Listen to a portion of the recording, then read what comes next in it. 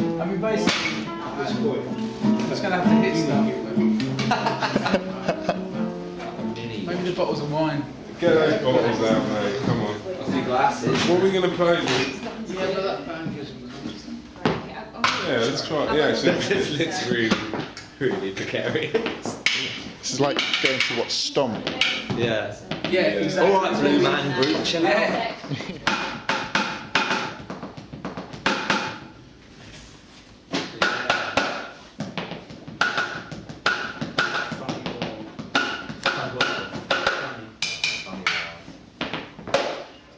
Yeah. Yeah. Dude. Yeah. when he was there, she would concede anything to him.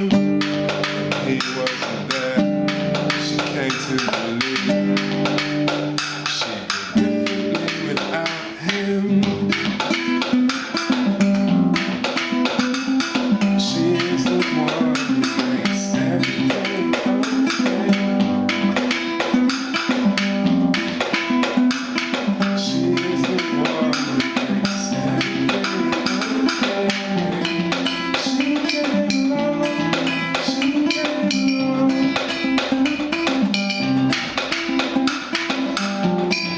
She came along, she came along.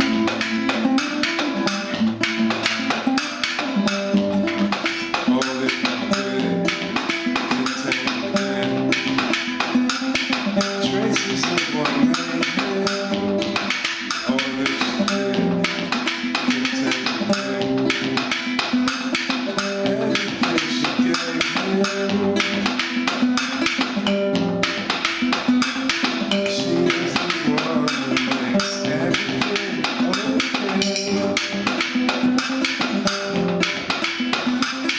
She is the one who makes everything okay. She came along, she came along.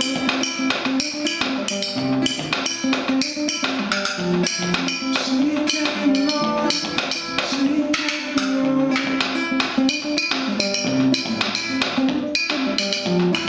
She came along, she came along.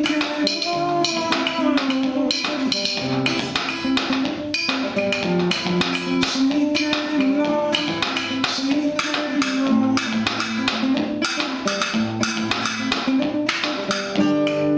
When her face drew near, he began to see how beautiful she was.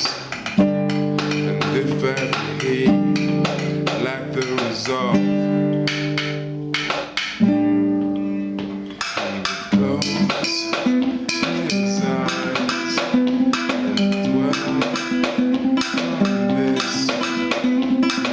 Close his eyes and dwell on this.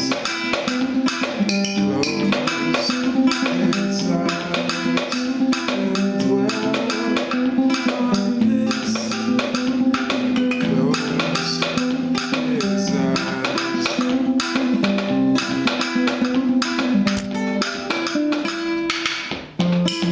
She came along, she came along.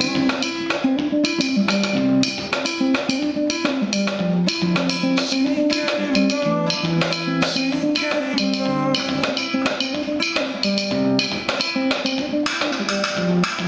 She came along, she came along.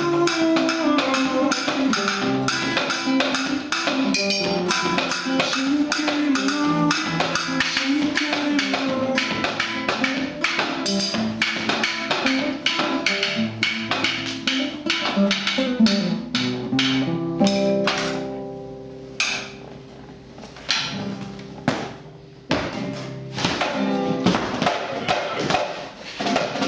Can we just start by you telling us a little bit about the two songs you just performed for us? What were they? God, what were they? Okay. Yeah, we just performed a song called OK, which is going to be our next single. It's on the album. Yeah, it's, I don't know what else to say. It's a good song. It's quite good. It's nice. It's poppy. It's kind of fun. It's kind of the fun side of the album in a way. Yeah, definitely. It's the lighter side of it. And the other and one? works obviously really well with Stepladder. And it's amazing with Stepladder. Well, actually, that is kind of true to the sentiment of the recording, because the actual album version does feature lampshade and bookcase, I think, as percussion elements. So you kind of go and do that whole avant-garde Timberland style, you know, explore the way you're going to produce your album, explore kind the of thing. environment. Yeah, absolutely. In which you're recording. Yeah. Use everything at your disposal. Yeah, it was quite a key thing in making the album. Actually, Matthew Herbert did a lot of that, exploring the environment, and things that you'd never really commit to recording in your life, but somehow he made it sound really good. And can you remember what the other song was? Yeah, the other song is called The Stain, and it's a new one basically. It's not on the album, and it's just one that we've been kind of working out live, and we really like, and it sort of features quite a lot in our live set at the moment. And I guess, probably will be on the next album. Okay. Can you tell us a little bit of background about how you guys met, got to know each other, and formed your band? There's a lot of history there. Basically, I met Tom, who plays bass in the band, who is sadly not with us today. Sadly deceased. He's not dead. He's probably grooming his not insubstantial beard at the moment. Tom I met when I was at school. We weren't at school together, but when I was at school, I used to go to a music workshop on the weekends, and he was there, and he really inspired me as a person and a musician. He was sort of one of the first people I met who wrote his own music, and I didn't really know that you're allowed to do that until I met Tom. So he's been a big influence on my life. And Leo, we met shortly after that. Sort of, I met Leo just after I left school, and we sort of started playing together in lots of different bands, and played together ever since. And there's definitely a reason for that. I really love playing with Leo, and we've kind of played in lots of different guises for lots of different artists, and independently of each other as well as together. And we ended up kind of getting to a point, I think, quite naturally, where we wanted to make our own music, something that we kind of had complete ownership of and creative control over, even though we've been very lucky to be involved in things that resonate sort of creatively. And reflected on it. We sort of never kind of struck out on our own, really. And at the time, a couple of years ago, 2006, having met Matthew Herbert through Leo, actually, I was on tour with both Matthew and Leo, and thinking about making my own record, and Matthew was sort of interested in facilitating that as producer. And the genesis of this whole thing was a solo project, and basically it kind of went on to become a band through the process of making the record. I kind of asked Leo and Tom to be involved, and they graciously accepted. So you went solo basically before the band. Yeah, I went solo. Done it in I reverse. realised I couldn't cut it on my own, basically. It's really nice. Yeah, exactly. It's usually the other way around, isn't it? It's usually the other way around. It's kind of nice and organic, though. Yeah, the solo thing, you know, it was simple. So, yeah. And what can you tell us about the actual style of what you do, for anyone that hasn't heard? Because obviously what we've done here today is, you know, you're on a little nylon strung guitar and step ladders and wine bottles and chair seats. You know, it kind of gives an indication of the kind of rhythms and sounds you're going for. But could you describe to me what the album's like? It's kind of, I think probably the safest way to describe it is as kind of experimental pop music, basically. I think it's about a sort of synthesis of everything that we love about music, and we love like trying to be creative and trying to push boundaries in a way that kind of reflects the things which have inspired us. But also we love the idea of that not having to kind of be oblique, or it doesn't have to sort of alienate people. You know, there's still the possibility of connecting with the mainstream, maybe. And, I find that marriage really exciting, basically. And I think that's what our music's about. But really there isn't sort of a stylistic agenda with the music. It's just like, it's just about us sort of trying to do what we love as well as we can. Right. And our interests are very, very broad musically. We're kind of into a whole range of stuff. So you've got a whole wide range of sounds and styles then. Yeah. I think so. I think hopefully. It's not obvious there somewhere, in the way we play or the way the album ended up. Something comes through. I think of those, those influences and. Mm-hmm. It's like a sort of filtering process in a way. It's. I don't think we don't sort of want to approximate other things or sort of just do that. Quite sort of take a sort of derivative approach. It's just about allowing those influences to come through and then hopefully sort of building a language of our own, that reflects all of those things, Mm-hmm. that interprets them in some way.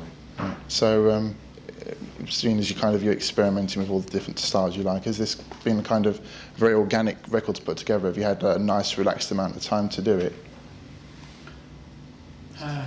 Well, it was. Yeah, I mean, it came through Dave, probably writing over many years Mm-hmm.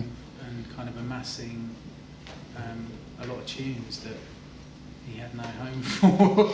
Homeless music. Homeless music. Yeah. And did you all work on those together to kind of hone them in and put your own individual stamps together on each track? Yeah. Absolutely. Kind of Dave brought the raw material Mm-hmm.